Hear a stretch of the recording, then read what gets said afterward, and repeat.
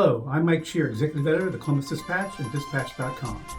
I'm here today for our From the Editor session with Bethany Bruner, one of the reporters here at the Columbus Dispatch, to discuss our Sunday cover story for November 24th about the newly elected Franklin County prosecutor, Shayla Favor. Favor will become the first woman and first person of color to serve as Franklin County prosecutor in January when she's sworn in. And the front page for this week looks pretty cool with a big headline saying Madam Prosecutor with her portrait on it. So welcome, Bethany. Thanks for having me. Okay. All right, so let's start here. Just tell me a little bit about, you worked on this cover story about Favor, and you've dealt with her in your previous reporting before she ran for prosecutor too. Absolutely. So tell me a little bit about her life story, where'd she come from, grow up, and how did she come down this route to be the Franklin County prosecutor? Sure. So Shayla actually grew up in Dayton. She's an Ohio native. She went to Wayne High School in Dayton. Yes. Not Wayne, Indiana. Wayne High School in Dayton.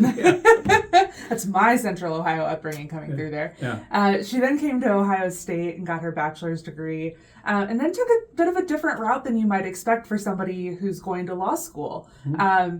Typically, you see college and then they go straight through to their law school. She actually took a detour to Chicago and went to culinary school.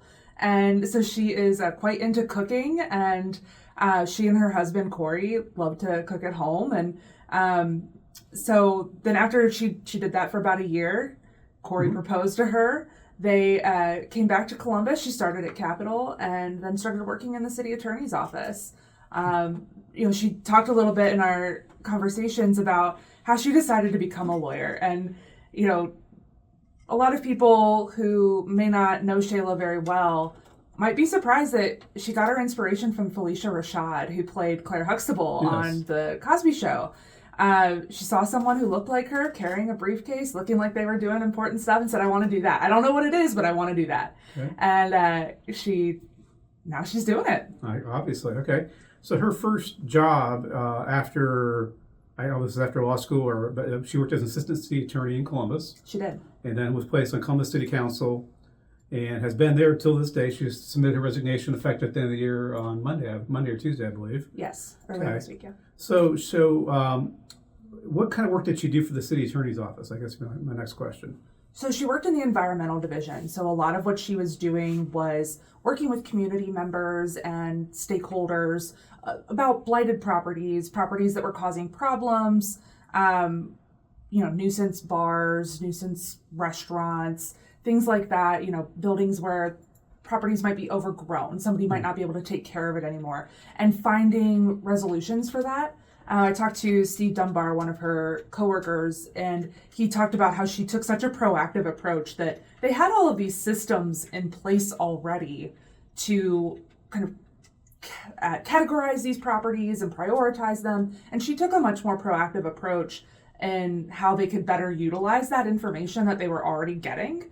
And that's the program that's still in place now, about 10 years later, that she saw a problem. She said, there's a more efficient, better way to do this. Why aren't we doing it? And took it upon herself, even though that wasn't in her job description, to go ahead and do that. Yeah. I noticed in reading your story, a lot of people talk about, you spoke to a lot of people for this story. You didn't just interview Shayla Favor. You talked to various people who know her as friends and as colleagues or past colleagues. What did they kind of describe about her? I guess similar to what you just described, her kind of take charge and get to the bottom of problems and solve them. Is that what you heard a lot about? I did hear a lot about that. I heard a lot about her decision-making process being very purposeful. Okay. That she will listen to everybody, try to get as much information as she can, be as prepared as she can to make that decision. She doesn't just want to rush into something and make a haphazard decision on the spur of the moment. She really wants to look at all of the potential outcomes, what's going to be the best for everyone involved, not just what might be best for her personally or her as a politician or her as a prosecutor, what might be the best for everybody involved in that situation and do the right thing, whatever she believes that to be. Okay.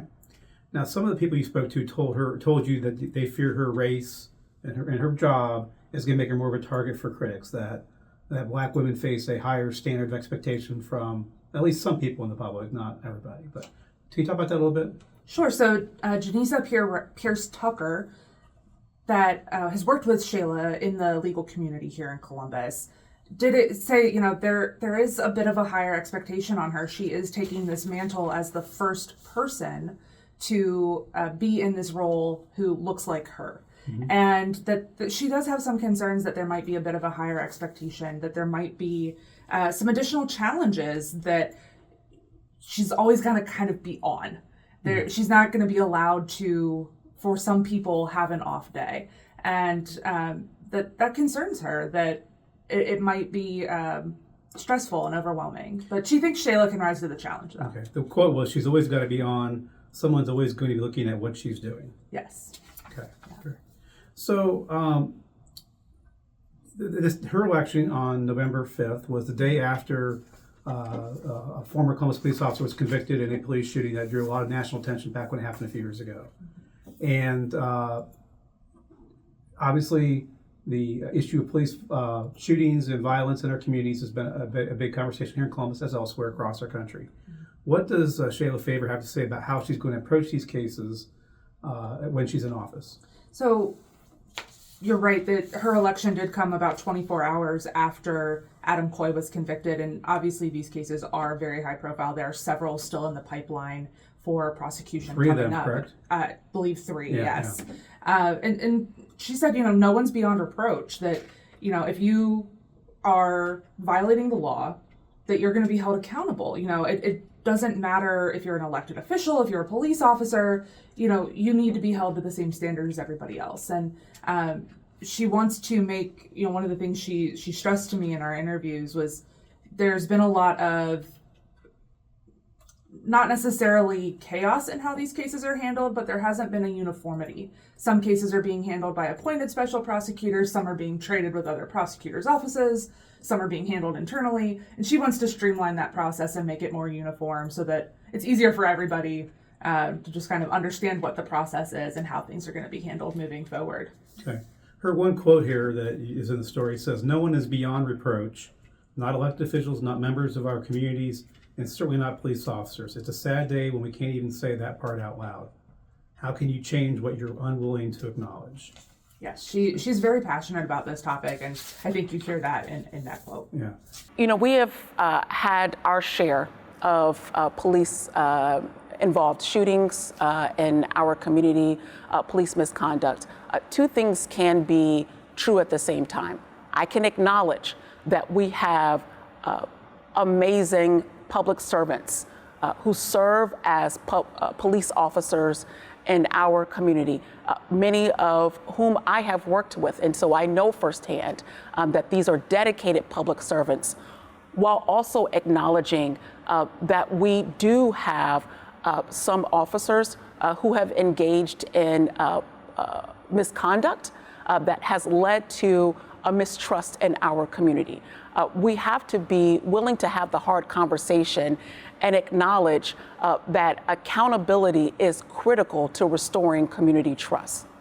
And if we are not able to hold police misconduct, public corruption to the same rigor as we do policing and working to combat violence in our communities and our neighborhoods, then I would not be doing this role, the service that it entails. It is a new day. We have to be willing to grapple with these very complicated cases in order to bring the justice that these families, the victims, absolutely deserve. Once again, accountability is critical to restoring community trust. The prosecutor's office plays a key role in helping to bring that forward.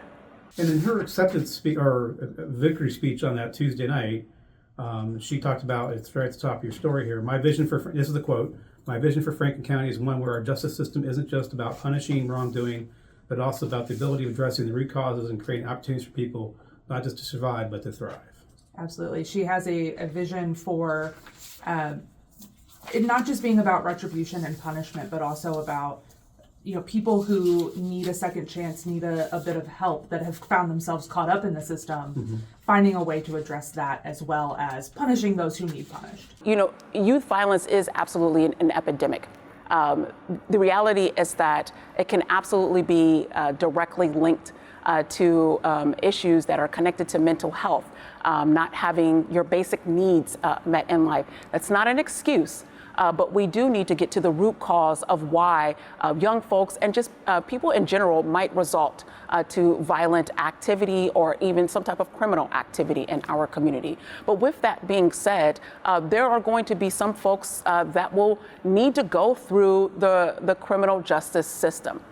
But on the front end, I want to make sure that we are proactively working with our youth-based organizations that are boots on the ground, working every single day to work directly with young folks in our community. One of her big supporters is former four-term Columbus Mayor Michael Coleman, and you interviewed him for the story. I did. Can you share a bit about what he had to say about Shayla Favor? Well, Mayor Coleman is very proud of Shayla's work. He was one of the first people to endorse her when she announced her run for prosecutor.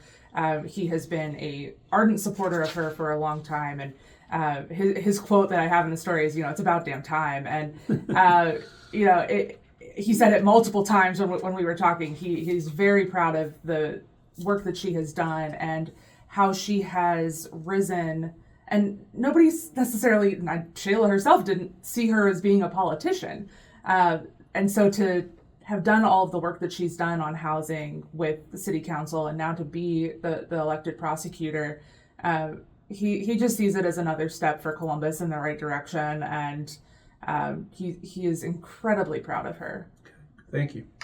All right. So, and then in her personal life, you describe her and her husband, Corey, as puppy parents. Yes. They have two rescue dogs, a 13-year-old lab mix named Hudson and a 2-year-old Rhodesian Ridgeback named Arizona.